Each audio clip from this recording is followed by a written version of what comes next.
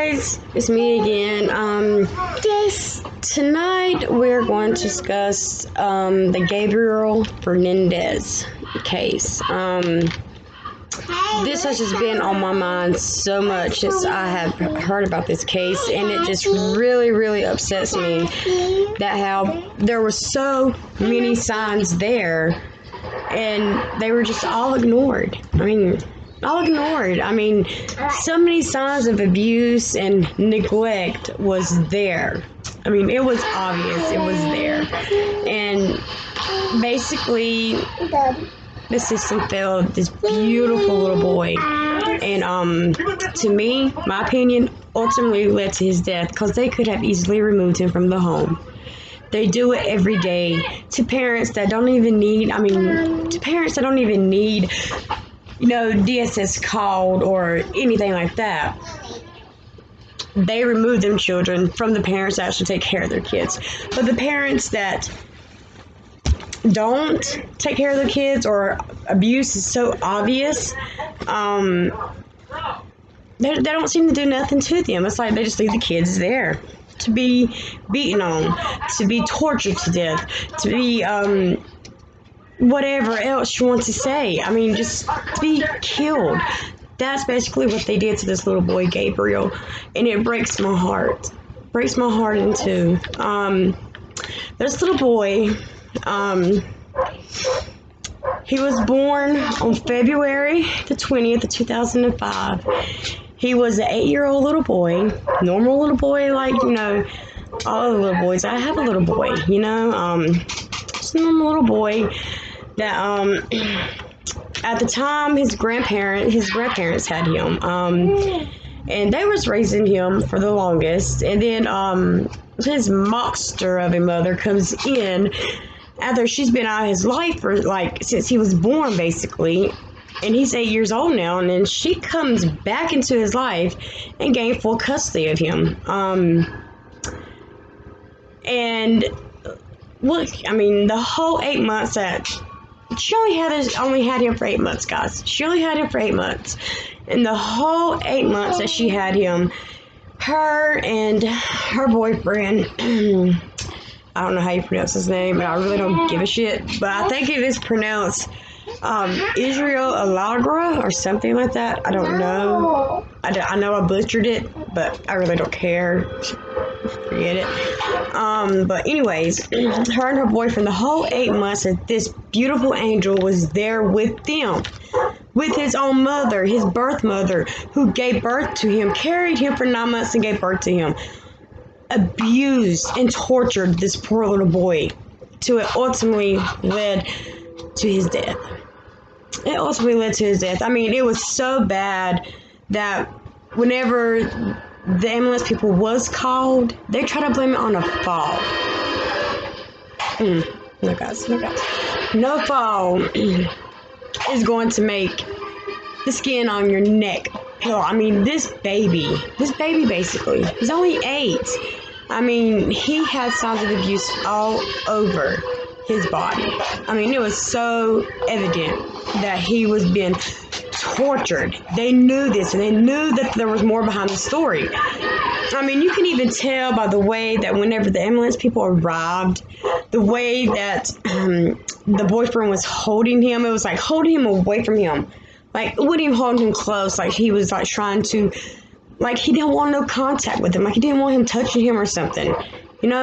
It's just ridiculous that how CPS failed to see that this little boy was being abused. I mean, they got so many calls, especially from his first grade teacher.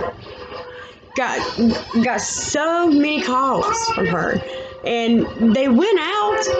They seen things. I mean, a black eye, can you not see? A child's not going to have a black eye from a fall. My kid falls every day. Do they end up with black eyes? No. Do they end up with weird shaped hair, like pieces of chunks of their hair missing? No, they don't. Do they come to school saying that they would be, is it normal to be beat with the side, with the belt buckle? No. No, kids don't do that. I mean, yeah, you can spank your kid, because I do, but I do not beat them. No, that's not, no. Literally, he was their punching bag. He was their, I don't know how else to explain this case, guys. It's just so frustrating that CPS did not see this. That they did not see this, and it's just so, it infuriates me that they did not see this. He was forced to eat his own vomit. He was forced to eat cat litter, cat feces. He was locked up in a cabinet, guys. I mean, a little small cabinet, like, no bigger than probably the cabinet behind me. My cabinet back here. I'm in my kitchen. Probably no bigger than that. And I mean, can you imagine? He has no room to move his leg. He is scrunched up like this, basically. I mean, basically. They say that the only reason she came back to get him was to get welfare benefits. Whoa, God. What? I want to call her the name I want to call her, but I know that would be utilizing my video, and I'm not going to do it, so I'm going to call her the pure devil. Her and her boyfriend was the devil in the flesh. They really was. They took this little boy away on May 5th of 2013, only at the age of 8. He didn't even get to live long enough to do nothing, to experience nothing, to do anything in life. He didn't get that. He did not get the opportunity because his own mother and her boyfriend was just pure evil. Pure evil. That's all I can say about them. Anybody that does anything to a child like this, there's something wrong with them. Seriously, there is something wrong with them. They need help. They need to be beaten to death, just like that child, like they did that child. You know what? I am going to say this, that while they are in prison, I hope they do get beat to death. My opinion. So I can speak, freedom of speech. Hey, that's just how I feel right now. Because, and then the CPS workers, they should have got some kind of charges in this too. Because they failed this little boy. They failed him miserably. I mean, the signs were there, and they still failed to remove this child from the monsters, the real monsters under his bed. They failed to remove him.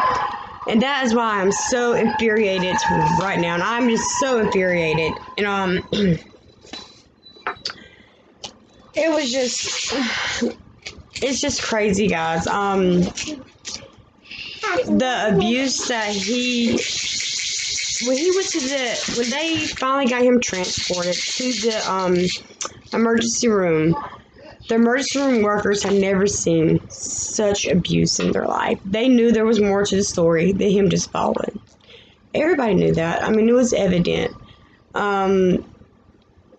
He had burns all over him. He had bruises all over him. The skin of his neck was coming off, was like peeled off. He had BBs embedded in his growing area. It was horrible. That's what they had never seen such abuse in their lives. That it's haunt them to this day. It haunts me to this day. And I know it probably would have done me the same thing. It haunts me right now. It just infuriates me that child would be alive right now if only Child Protective Services would have done their job and would have removed him from the monsters, from his parent, from his mother and her boyfriend. All they had to do was take him out of the home and place him back with his grandmother and grandfather, who took perfect care of him for 8 years. Took care of him for 8 years. And then was nothing wrong with until he got with his mother. And look what happened. Just for welfare benefits, just for a check every month. Now, what does she get? She don't get nothing. She gets to go to prison for life, and he gets to go to prison for life. But I don't think that's enough. I honestly don't think that is enough. And I don't think the CPS workers got no time for it. They got fired maybe, and all this and all that. Turn it down. Sorry guys, but yeah, I don't think the CPS workers got none of that. And I think they should have gotten more out of it too. They should have got some kind of jail time, some kind of something, because they failed this child so miserably. Guys, I cannot believe this. When I seen this case, I was so infuriated. I was so mad. I didn't know. I did not. That's why I did not want to do it right away, because I was just, it was sad. It's so sad that this little 8-year-old, beautiful child didn't even get to live. Didn't even get to live at all. He was still a baby, basically. He did not get to live at all, and that breaks my heart in two, guys. I don't know. I don't know what else to say, but to say that they were monsters that did this to him. Real life monsters that deserve the same punishment that they did to that child. They deserve the same punishment that they did to him. And I hope and pray that they get it in prison. Guys, I'm going to sign off with that. I'll probably be back on tomorrow to add more to it. I'm going to do a little bit more research. But until then, remember, love is love. Put God first. And I love y'all. And y'all have a blessed night. Mwah.